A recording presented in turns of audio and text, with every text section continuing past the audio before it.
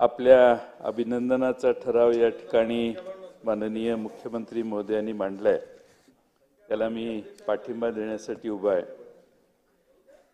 आपण मागची 2.5 वर्ष अतिशय उत्तमपणाने महाराष्ट्राच्या विधानसभेत अध्यक्षपदावरून काम केलं आणि या 2.5 वर्षामध्ये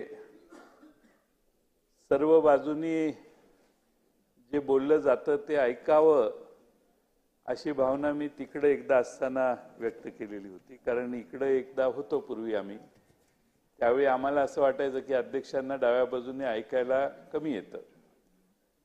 मग झिरवळ साहेबांना अध्यक्ष म्हणून निवडलं, उपाध्यक्ष म्हणून, त्यावेळी मी अपेक्षा व्यक्त केलेली की तिकडच्या बाजूला होतो त्यावेळी विनोदाने की आपण एका बाजूचं जरा कमी ऐका म्हणून। पण आपल्या 2.5 वर्षाच्या काळात आम्हाला हे मान्य केलं पाहिजे की आपण दोन्ही बाजूला सतत न्याय देण्याचं काम केलं आणि ते करत असताना संख्याबळावर काही फारसं बोट कधी ठेवलं नाही आणि तोच स्वभाव तुमचा यावेळी कायम राहील अशी अपेक्षा मी या निमित्तानं करतो। खरं म्हणजे आज तिघांची भाषणं झाली, पहिल्या भाषणापेक्षा दुसरं भाषणच मुख्यमंत्र्यांचं आहे का काय असं वाटायचं आमच्यावर पाळी आली, त्यामुळे प्रदीर्घ मार्गदर्शन सभागृहाला झालं।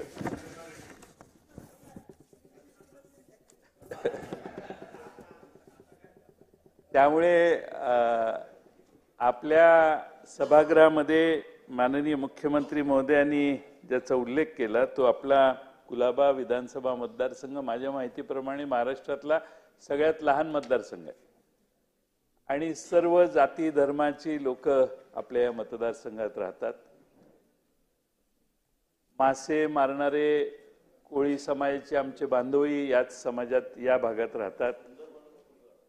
आपल्या मतदारसंघामध्ये समुद्रातून रिफिलिंग करून तिथं झोपडी बांधणारी लोक देखील याच मतदारसंघात राहतात। त्यामुळे अतिक्रमण कसं करायचं याचा आदर्शही याच मतदारसंघात आहे। मी आपल्या याच्याकडे लक्ष यापूर्वी वेधलेलं होतं आणि त्यांनी त्यात लक्ष घातलेलं होतं। पण सर्व प्रकारचा हा मतदारसंघ आहे, त्यात आपण पुन्हा दुसऱ्यांदा निवडून आला याबद्दल मी आपलं अभिनंदन तर करेनच, पण दुसऱ्यांदा निवडून आल्यावर सलग विधानसभेचे अध्यक्ष म्हणून आज आपली निवड होते।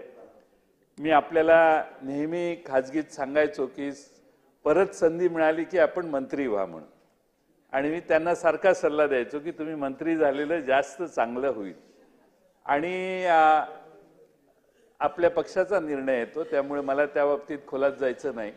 पण आज पुन्हा अध्यक्ष म्हणून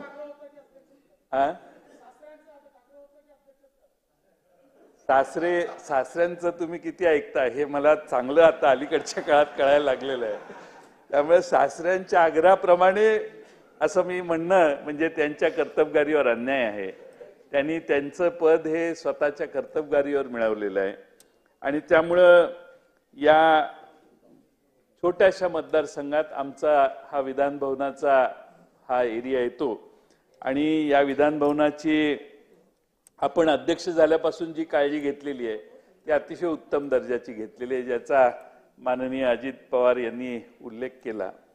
आणि दालनं तर सुरेखच केलेली आहेत, पण आपल्याकडे आल्यानंतर अनेक वाद घालण्यासाठी येणारे सगळे आपण गरम कॉफी देऊन शांत करून बाहेर घालवलेले अनेक 2.5 वर्षात त्याचा आम्ही सगळ्यांनी अनुभव घेतलेला आहे। एक मासे पण खाऊ घातले, पाहिजे तर जेवणही दिलं आणि जी बिझनेस ॲडवायझरी कमिटीची मीटिंग व्हायची त्याचा दर्जा एवढा उंच गेला बाकीच्या सगळ्या व्यवस्था असल्यामुळं की आपणच अध्यक्ष राहावं असे मनोमनी आम्हाला तेव्हापासून वाटत होतं।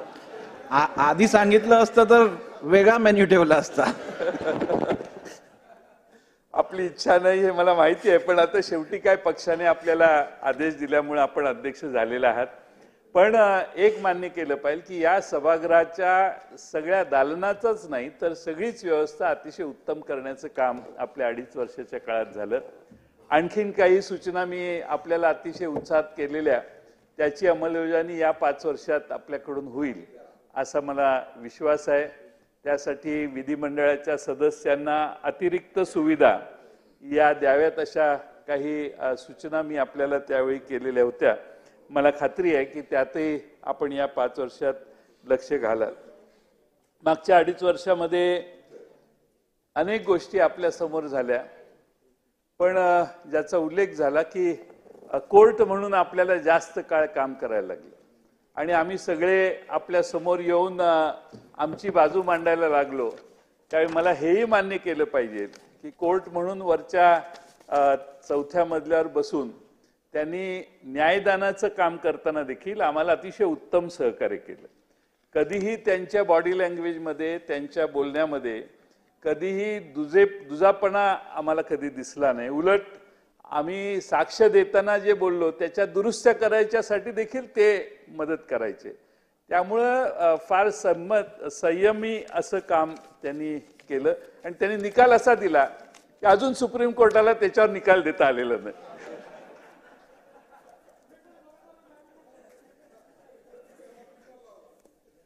सुप्रीम कोर्टाचा निर्णय, यांनी जो निर्णय दिला त्याच्यात सुप्रीम कोर्ट अजून विचार करतंय. एक जज, एक चीफ जस्टिस घरी गेले सुप्रीम कोर्टाचे, त्यांनी त्याला हात लावला नाही, त्याच्यावर भाष्य केलं नाही. पण एक मी तुम्हाला आभार मानलं पाहिजे, काय का असे ना, त्यावेळी कोणाची बाजू चांगली कोणाची बाजू, तुम्ही कोणाला डिस्क्वालिफाय केलं नाही. हा सगळ्यात विशेष महत्वाचं म्हणजे ते डिस्क्वालिफिकेशन होणं आणि परत त्यांनी आपल्या स्वतःची इंडिव्हिज्युअल लढाई करत बसणे. त्यामुळे त्याबद्दलही उशिरा का होईना मी तुमचे आभार मानेन. आता सुप्रीम कोर्ट निकालच देत नाहीये, त्यामुळे आपले आभार मानणं आणि आपलाच निर्णय मान्य करून नवा डाव आता सुरू झालेला आहे. यामध्ये काम करायला सुरुवात करणं ही आमच्या समोरचा पर्याय आहे.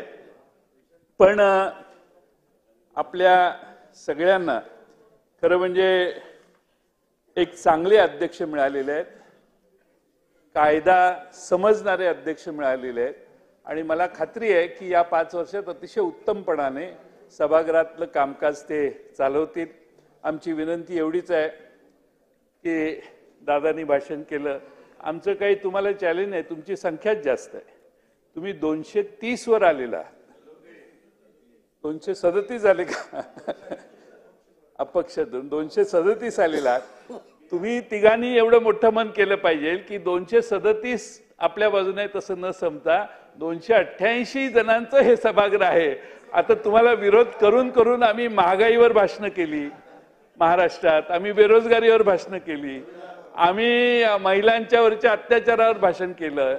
संविधान माझं जास्त जोर नव्हता त्यावर, पण जे जे मुद्दे आम्ही सभागृहात महाराष्ट्रातल्या जनतेमध्ये मांडले त्या जनतेनं त्यानंतर निर्णय दिलेला आहे.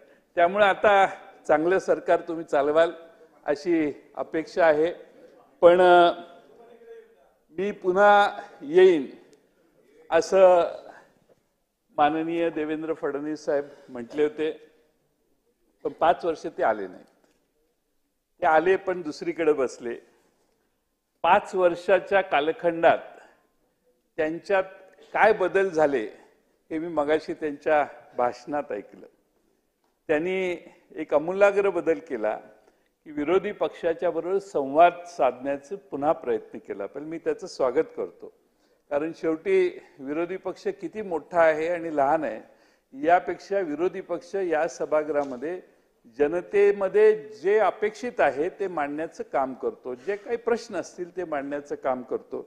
आणि मला माननीय विरोधी मुख्यमंत्री महोदयांचं त्यांच्या भाषणातून जे मी घेतलं ते हे आहे की त्यांना संवाद विरोधी पक्षांच्या बरोबर असण्याची अपेक्षा आहे. त्यांनी 5 वर्षाच्या कालखंडात ते उपमुख्यमंत्री म्हणून त्यांनी पद स्वीकारलं. जे काही पक्षाने त्यांचा निर्णय दिला तो घेतला आणि आज ते पुन्हा जास्त ताकदीनं सभागृहात येऊन बसलेले आहेत. त्यांचंही अभिनंदन केलं पाहिजे असं मी समजतो, कारण शेवटी संख्येला लोकशाहीत महत्त्व असतं.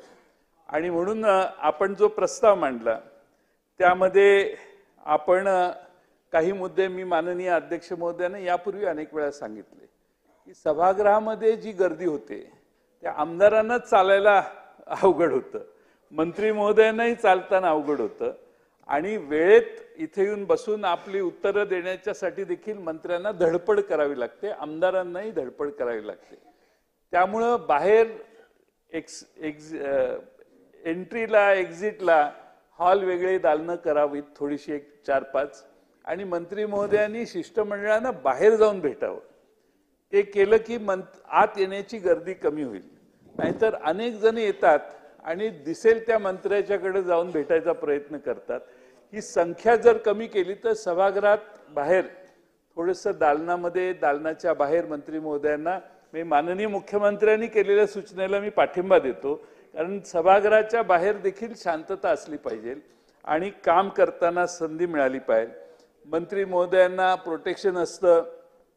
माझं म्हणणं, प्रोटेक्शन आत घेऊन बहुतेक कोणी येत नसेल, पण प्रोटेक्शनची लोक बाहेर बसली पाहिजेत.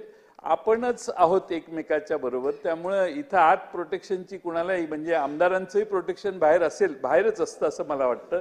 पण अवांतर माणसं आत येऊ नयेत याची काळजी माननीय अध्यक्ष महोदय आपण घ्याल अशी अपेक्षा मी या ठिकाणी व्यक्त करतो. स्वर्गीय मधुकरराव चौधरी साहेब अध्यक्ष होते. 90 साली मी पहिल्यांदा अध्यक्ष झालो. त्यावेळी दार उघडून आत येताना आमदार झालो. त्यावेळी दार येऊन किती लक्ष आहे बघा माझ्यावर.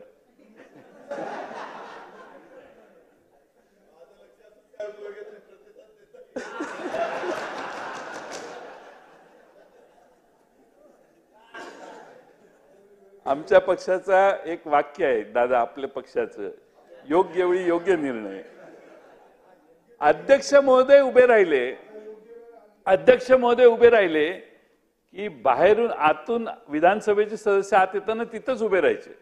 आता अध्यक्ष महोदय उभे राहतायत, अध्यक्ष महोदय बोलतायत, तरी निवांत येऊन गप्पा मारत उभा राहणं थोडीशी, आता 2.5 वर्ष मागच्या लॉटचा ठीक आहे, आता आपण कडक व्हा. आणि कुठल्याही विधानसभेच्या सदस्याला एक पत्र पाठवा आपण की या सभागृहात प्रोटोकॉल काय पाळायचा. सभागृहात बोलत असताना खाली बसून बोलणाऱ्यांची संख्या कशी कमी होईल हे बघितलं पाहिजे असं मला वाटतं. खाली बसून आपण, हो दोन्हीकडे मलाही लागू आहे, मलाही लागू आहे, पण खाली बसून बोलण्यापेक्षा बोलणाऱ्याला कमी वेळेत संधी द्यावी आणि त्याचं भाषण लवकर संपावं.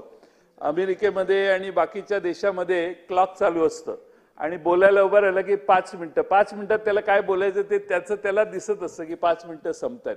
त्यामुळे एक स्टॉपवॉच एखादं लावावं की तुम्ही ठरवलं की दोन्ही बाजूनी एवढा वेळ आहे आणि प्रत्येक सदस्याला 15 मिनिटं, तर 15 मिनिटाचं क्लॉक इथं यांनी लावलं की 15 मिनिटात त्याचं भाषण संपवायचं, त्याला इंडिकेशन आले पाहिजे.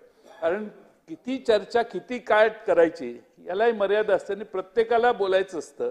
त्यामुळं असे काही नवीन नियम विधी गटनेत्यांची बैठक घेऊन आपण कराल असा विश्वास मी या ठिकाणी बाळगतो. या सभागृहामध्ये आपण पुन्हा अध्यक्ष झालात याबद्दल मी राष्ट्रवादी शरदचंद्र पवार पक्षाच्या वतीनं आपले मनपूर्वक अभिनंदन करतो. आपल्या सहवासात आमची 5 वर्षे कशी जातील हे कळणार नाही अशी अपेक्षा व्यक्त करतो आणि वारंवार आपल्या जेवणाचा आणि आपल्या पाहुणचाराचा लाभ आम्हाला मिळेल अशी अपेक्षा करून पुन्हा एकदा आपले अभिनंदन करतो आणि माझे 2 शब्द पूर्ण करतो.